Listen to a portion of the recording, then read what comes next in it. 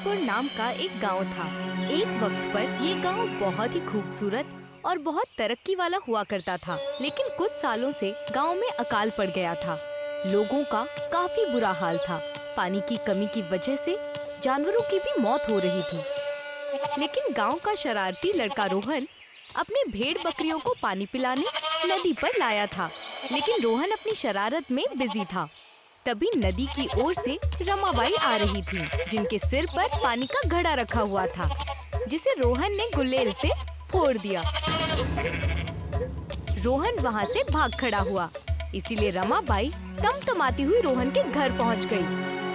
अरे तुम्हारा लड़का है या जल्लाद, हमें चैन से जीने देगा या नहीं? ये हमें कितना परेशान करता है। अरे क्या हुआ? क्या हुआ? उसने गुलेर से मेरा घड़ा फोड़ दिया।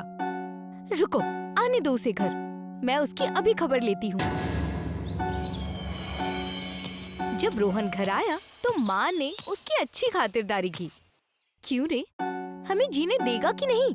तुझे कितना समझाया कि लोगों को तंग मत कर, लेकिन तू मानता ही नहीं है। दादी ने माँ बेटे के बीच में आकर रोहन को माँ से और ज्यादा मार खाने से बचा लिया। अरे बस कर, बच्चे की जान लेगी क्या? शरारत अभी नहीं करेगा तो कब करेगा? बस ये आपके लाड प्यार से बिगड़ गया है। हाँ हाँ, बड़ी आई बोलने वाली। चल जा, अपना काम कर। गांव में पानी की कमी है, इसीलिए तो सभी लोग परेशान हैं। तू ऐसा करेगा तो लोग और ज्यादा परेशान होंगे, है कि नहीं? जी दादी। दादी, लेकिन कस्बे में पानी कम क्यों है? लोगों की वजह से। लोगों ने पानी का इस्तेमाल संभल कर नहीं किया। गांव का कचरा गांव की नदी में डाला, दरख्त काटे तो बारिश न हुई, इसीलिए ये हाल है। एक जमाना था जब हमारे गांव में बड़ी सी चांदी की नदी बहा करती थी। चांदी की नदी? हाँ, चांदी की नदी। हाँ, चांदी की नदी। भरतपुर गांव की नदी इतनी साफ सुथरी थी कि मानो उसका पानी बहते चांदी जैसे दिखता था। उसमें चांदी के पत्थर भी मिला करते थे। अरे देखो, मुझे चांदी का पत्थर मिला है। अरे वाह, ये तो आपको बड़ा पत्थर मिला। मैं तो बड़ा सा घर बनाऊंगा। रुको, मैं भी ढूंढता हूँ। भरतपुर के लोग नदी में मिलने वाले चांदी के पत्थर बेचकर रईस बन गए थे। वहाँ के लोग खुशी और अमन से अपनी जिंदगी बिता रहे थे। लेकिन अब नदी खराब होने से सारे चांदी के पत्थर गायब हो गए। पता नहीं पहले जैसे हालात अब गांव की कब होगी।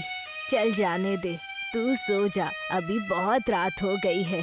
कुछ दिनों बाद मुसीबतें और भी बढ़ गई। नदी सूख गई, जानवरों की भी बहुत मौत होने लगी। रोहन की मनपसंद बकरी मीरा भी पानी की कमी की वजह से मर गई। अपनी मनपसंद बकरी को खोने के बाद रोहन बहुत मायूस था। अपनी भेड़ बकरियों को चराने के लिए अब रोहन को दूर जंगल में जाना पड़ता था और रोहन मीरा के बच्चे के साथ खेलता था। रोहन ने उसका नाम शीलू रखा था। उसको सहलाते हुए रोहन कहने लगा, नाराज ना हो शीलू, तेरे अम्मी को तो ना बचा पाया, लेकिन तुझे कुछ नहीं होने दूंगा। जब रोहन ने पानी पीने के लिए शीलू को हाथ से नीचे उतारा, शीलू, शीलू, अरे कहाँ जा रहा है? शीलू का पीछा करते हुए रोहन झाड़ियों में चला गया। झाड़ियों में जाते ही रोहन को एक अधमरा सा बुजुर्ग आदमी मिला। अरे ये बुजुर्ग बाबा, शीलू, शीलू। रोहन शीलू को इधर उधर ढूंढने लगा। बुजुर्ग की आवाज ने रोहन का ध्यान अपनी ओर खींचा। पानी, पानी। इन्हें पानी चाहिए, मैं पानी देता हूँ, लेकिन नहीं, मेरे पास इतना ही पानी है। अगर मैं ये भी पानी दे दूंगा तो फिर से प्यास लगने पर क्या पीऊंगा? नहीं नहीं, मैं पानी नहीं दूंगा। लेकिन दादी ने कहा है कि पानी पिलाना अच्छा और इंसानियत का काम है। मैं पानी दे देता हूँ।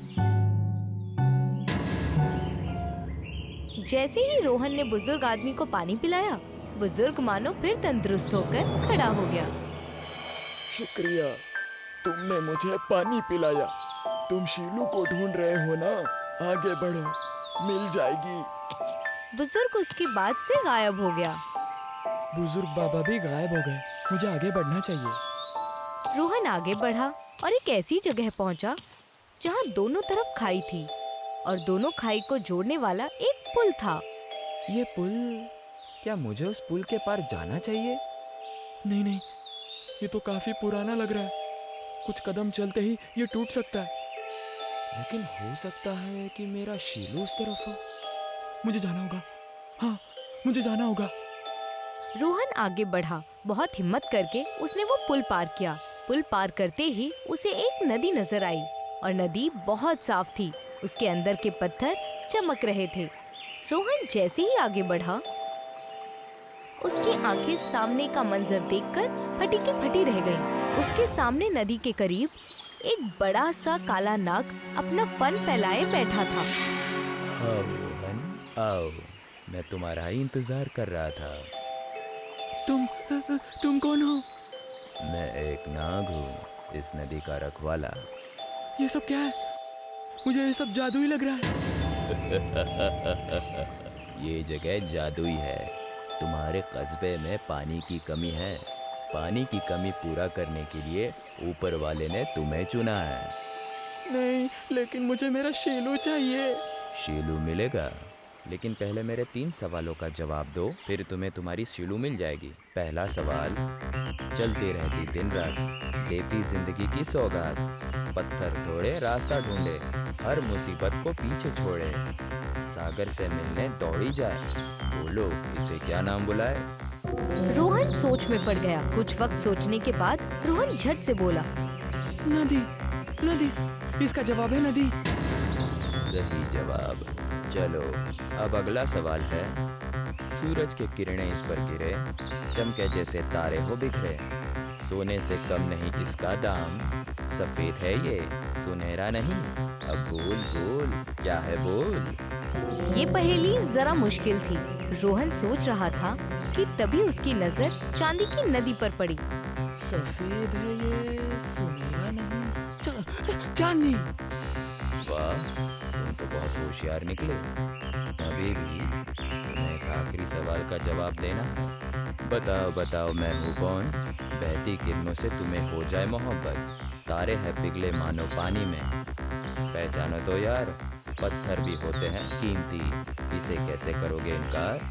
कस्बे ने इस पर किए हैं तुम्हारे बड़े एहसान, पहचानो। रोहन फिर से सोचने लगा।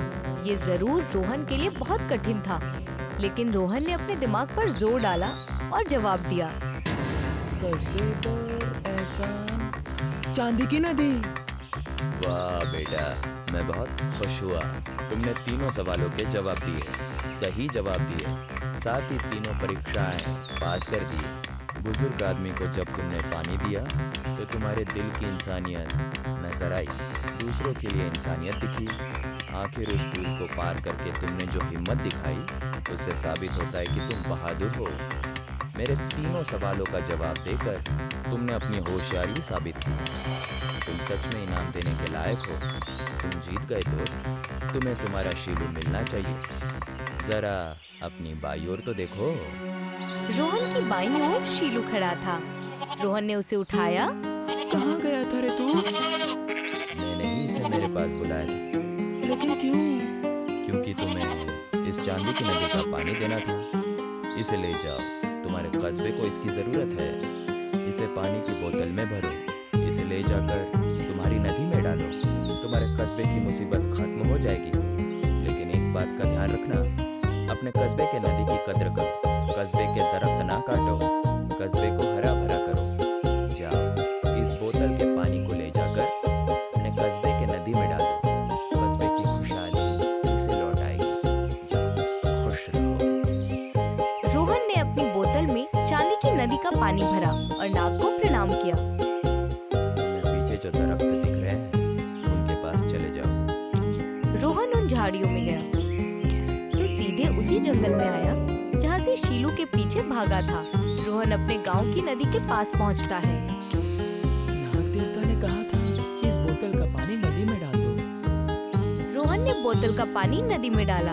तो अचानक नदी की जमीन से पानी फूटने लगा। नदी बिल्कुल साफ पानी के साथ लबालब होकर बहने लगी। रोहन खुशी से फूले नहीं समा रहा था। वाह, बहुत सारा पानी, ये कैसा जादू है, बहुत मजा आया। मुझे जाकर कस्बे वालों को बताना चाहिए। रोहन ने गांव वालों को इस चमत्कार के बारे में सब बताया तो गांव वाले नदी के पास इकट्ठा हुए। चांदी की बहती हुई नदी देखकर सब बेहद खुश हो गए। वाह रे रोहन, तूने तो कमाल ही कर दिया। दीदी, कमाल नहीं, रोहन ने कस्बे को कमाल, धमाल और माला माल कर दिया। रामदास, आप ठीक कह रहे हैं। कस्बे की खोई हुई सुख, शांति और खुशहाली रोहन की वजह से वापस आई है। हे माँ, हमने रोहन को कितना भला बुरा कहा, लेकिन यही इस गांव का अच्छा और सच्चा सपूत बना। हमने रोहन को जो भी भला बुरा कहा, उसके लिए हमें माफ करना।